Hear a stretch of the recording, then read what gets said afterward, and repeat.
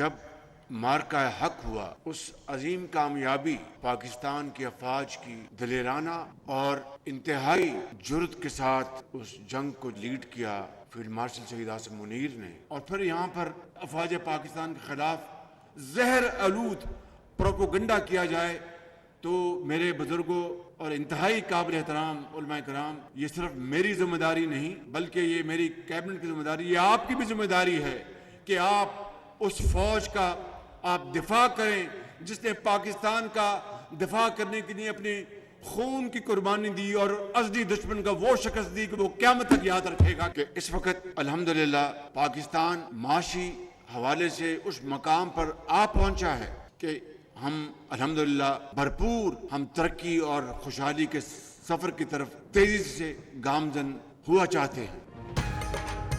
दहशतगर्दी ते मुआशी तरक्की दीयां कोशिशां इकट्ठियां नहीं चल सकदियां। खारिज दे हमलियां दे विच मासूम पाकिस्तानी शहीद हो रहे ने।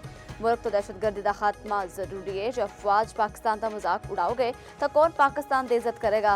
मुल्क जादू टोने दे नाल नहीं मेहनत दे नाल तरक्की करदा है। कौमी मामलियां उत्ते एक जान ते दो कालिब होना पैंदा है। वज़ीर आज़म शहबाज शरीफ दा कौमी उलमा कन्वेंशन विच खिताब, उन्हां आख्या मुसल्लह अफवाज दी जुरत ते बहादुरी दे नाल दुश्मन नूं इबरतनाक शिकस्त दित्ती। फील्ड मार्शल शहीद आसिम मुनीर ने जंग दी क़यादत कीती। कौम दे विच यकजहती दा माहौल बने बगैर मुल्क तरक्की नहीं कर सकदा। मुल्क विच फिरका परस्ती दा खात्मा बहुत जरूरी है। वज़ीर आज़म ने मजीद आख्या कि मुल्क की मुईशत अज तेजी दे नाल तरक्की करदी पई है। मुईशत नूं दिवालिया होण तो बचाउण लई सियासी ते अस्करी क़यादत ने अहम किरदार अदा किया।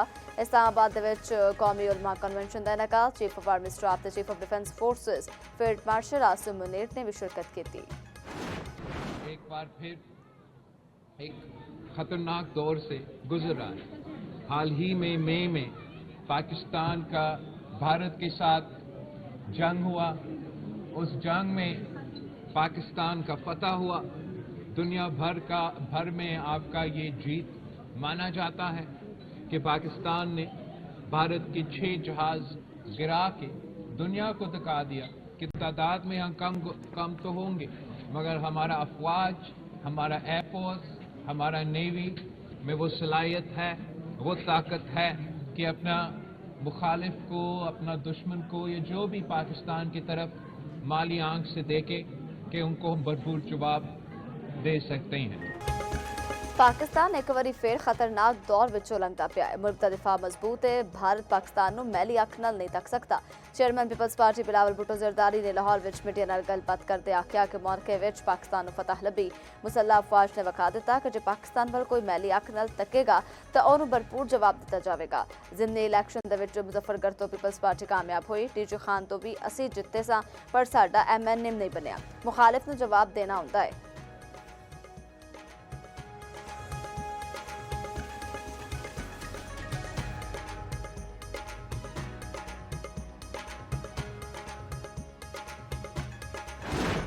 ईवान के अंदर हम बात करें, ईवान के अंदर हमारी बात हो और वो सुनी जाए और हमारे डिमांड सारे आईनी और कानूनी है। इस तरीके से ये अगर आप चलाएंगे तो ये नहीं चल सकता। इससे कोई थर्ड फोर्स बेनिफिट करेगी जो इस मुल्क के लिए ख़तरा है, जमहूरियत के लिए ख़तरा है। एक बार फिर हम कहते हैं कि ये अगर आप बहाना बनाते हैं कि मुलाकात इसलिए नहीं कराते कि वहाँ से ट्वीट आती है, बुशरा बीबी की मुलाकातें क्यों बंद है? उसका तो कोई ट्वीट हैंडलर नहीं है, उसकी फैमिली तो कभी कोई प्रेस टॉक नहीं करती, तो उनकी मुलाकात तो हो। एक माइनस होया तो कोई भी बाकी नहीं रहेगा। हालात तुहाडे कंट्रोल विच नहीं आएंगे। चेयरमैन PTI बैरिस्टर गोहर ने खबरदार कर दिता। आख्या एक कारोबारी दुनिया नहीं है कि 2 चो 1 माइनस कर दितो ते कराया जाए। इस सिस्टम का हिस्सा ऐस नहीं ताकि मुल्क में जमहूरीयत बरकरार रहे। आवाम नूं तैश ना दिलाओ, तुसीं नहीं समझते तो आवाम तुहानूं समझा देंगे। असद कैसट ने आख्या कि बानी PTI दे नाल मुलाकात की इजाजत दी जाए। बानी नूं कदरे होर मुंतकल करना इन्ना भी गलत फहमियां। महमूद खाना चक सईदी ज़ेर सदारत तहरीक तहफ़्फ़ुज़ ऐन पाकिस्तान का हंगामी इजलास। पार्लीमेंट के अंदर ते बाहर एहतजाज ते सियासी हिकमत अमली उत्ते मुशावरत। 20 ते 21 दिसंबर नूं इस्लामाबाद दे विच कौमी मुशावरती कॉन्फ्रेंस मुनक्कद करन दा फैसला। कौमी असैम्बली विच हुकूमती ते ओपोजिशन अराकीन के दरमियान गर्मा गर्मी। ओपोजिशन अराकीन दा एहतजाज, नारेबाजी। ओपोजिशन का नुक्ता एतराज़ उत्ते गल करन दी इजाजत देने का मुतालबा। पैनल ऑफ चेयर की मुआजरत। आख्या कि वक्फा सवाल दे विच नुक्ता एतराज़ नहीं दिता जाएगा। ਬਾਦਜ਼ਾ ਕੋਰਮ ਦੀ ਨਿਸ਼ਾਨਦੇਹੀ ਤੇ ਇਜਲਾਸ ਖੈਰ ਮੁਆਇਨਾ ਮੁੱਦਤ ਲਈ ਮੁਲਤਵੀ। ਇਜਲਾਸ ਮੁਲਤਵੀ ਕਰਨ ਉਤੇ ਪੀਪਲਸ ਪਾਰਟੀ ਦਾ ਸ਼ਦੀਦ ਰੱਦ-ਏ-ਅਮਲ। ਖਾਤੂਨ ਅਵਲ ਆਸਿਫਾ ਭੁੱਟੋ ਨੇ ਆਖਿਆ ਕਿ ਕਾਇਮ ਮੁਕਾਮ ਸਪੀकर ਦੇ ਰਵੱਈਏ ਤੇ इंतहाई अफसोस ਤੇ मायूसी हुई। कोरम मौजूद होने के बावजूद बार बार इजलास मुअत्तल करना पार्लिमानी निज़ाम का मजाक बनाने के मुतरादिफ है। इजलास मुअख्खर करना निहायत छोटी ते घटिया चाल सी कि साजिया मडी ने आख्या है कि PTI ने ऐवान दे विच गैर जिम्मेदाराना रवैया अपनाया।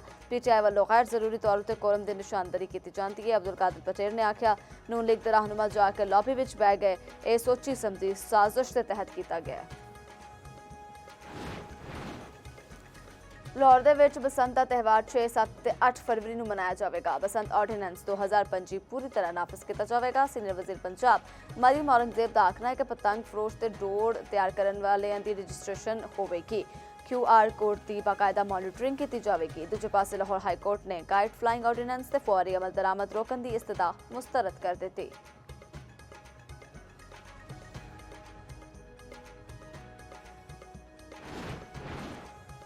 Punjab motor vehicle ordinance 2025 Punjab assembly विच पेश। कमर बाला के गड्डी चलान उत्ते 6 महीने तक कैद ते 50,000 रुपये जुर्माना होगा।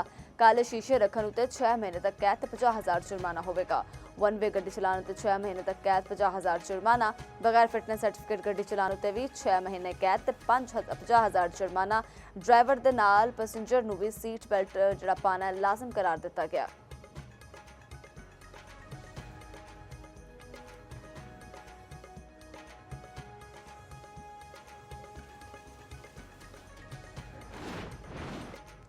केपी दे विच नवा निज़ाम मुतारिफ हुण गड्डी का नंबर गड्डी की बजाय शहरी की मलकियत होगा। गड्डी फरोख्त होने के बाद भी नंबर पुराना मालिक अपने को रख सकता है।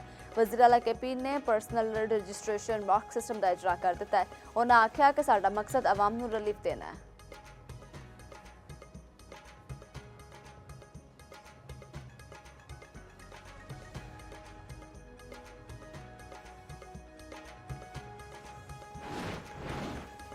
पंजाब डिवेलपमेंट प्लान की पेशरफ्त 52 शहरों के तरक्की के नवे चुराक जलन नूं तैयार। 52 शहरों में तरक्कीयाती काम की शुरुआत 19 दिसंबर तो होगी। अहम मनसूबियां की तकमील की डेडलाइन 30 जून 2026 मुकर्रर की गई। पहले मरहले के 66 अरब रुपए के तरक्याती काम मंजूर। वज़ीर आला पंजाब मरीम नवाज का पंजाब डिवेलपमेंट प्लान के मुतल्लिक अहम इजलास। मॉनसून तो पहले निकासियाब के प्रोजेक्ट की तकमील की भी हिदायत।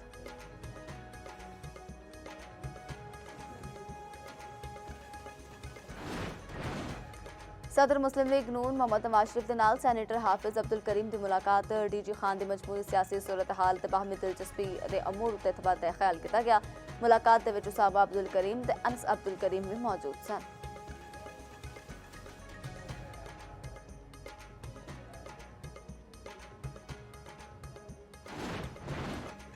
तेजी के नाल वधदी हुई आबादी सब तो वड्डा मसला है। तलीम के बगैर किसी मुआशरे की हालत नहीं बदल सकती। स्पीकर पंजाब असैम्बली मलिक अहमद खान का आखना है कि पंजाब के 2.5 करोड़ बच्चे स्कूलों तो बाहर ने। सैलाब मुतासरीन के मसाइल हल करने लिए पुरअज़म ने। साडी जिम्मेदारी है वसाइल नूं आवाम तक पहुंचाइए।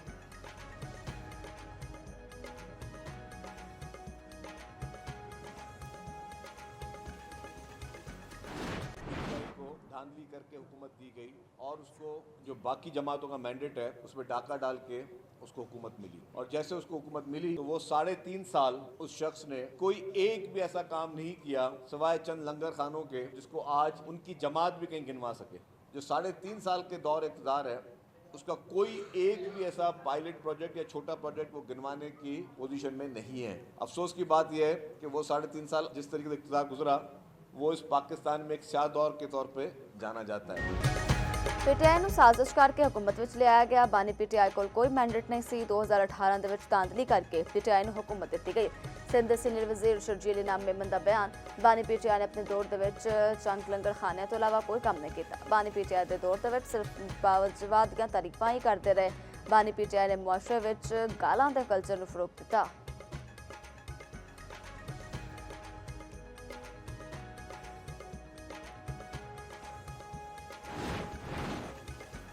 अमरीकी एग्जाम बैंक वालों 1 अरब 25 करोड़ डॉलर फाइनेंसिंग की मंजूरी। अमरीकी नाजिम उल अमूर नैटरी बेकर का आखना है कि इस फाइनेंसिंग के नाल बलूचिस्तान दे विच मुआशी तरक्की नूं अगे वधाया जाएगा।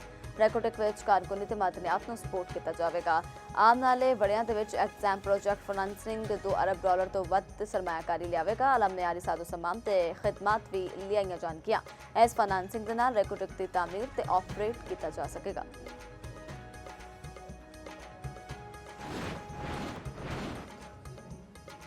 यूट्यूबर रजब भट्ट ते टिकटॉकर नानीवाला दे 10-10 दिन की हिफाजती जमानत मंजूर कर ली गई। मुतलका अदालत तो रुजू करने की हिदायत इस्लामाबाद के जस्टिस इनाम अमीन मिनहास ने समाप्त की थी। रजब भट्ट ते नदीम नानीवाला बगैर नंबर प्लेट वाली गड्डी दे विच अदालत आए। सहाफी के सवाल उत्तर रजब भट्ट ने दस्सिया, गड्डी मेरी नहीं, लिफ्ट लिती आ।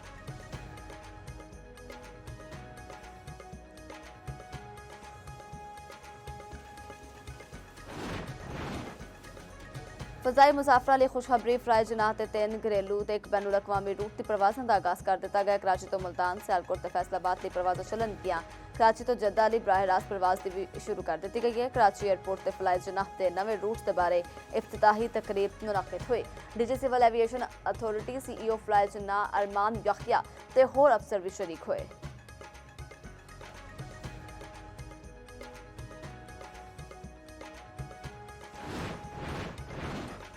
कराची दे विच नेशनल गेम 2025 के दिलचस्प मुकाबले इनबाक नेवी के शहबाज मसीह ने मैराथन रेस जीत ली। शहबाज मसीह ने फासला 2 घंटे 25 मिनट ते 23 सेकंड तय करके गोल्ड मेडल जीत लिता है। बापरा के शेर खान ते सिल्वर ते नेवी के शुएब अख्तर ने कांसी का तमगा जितया।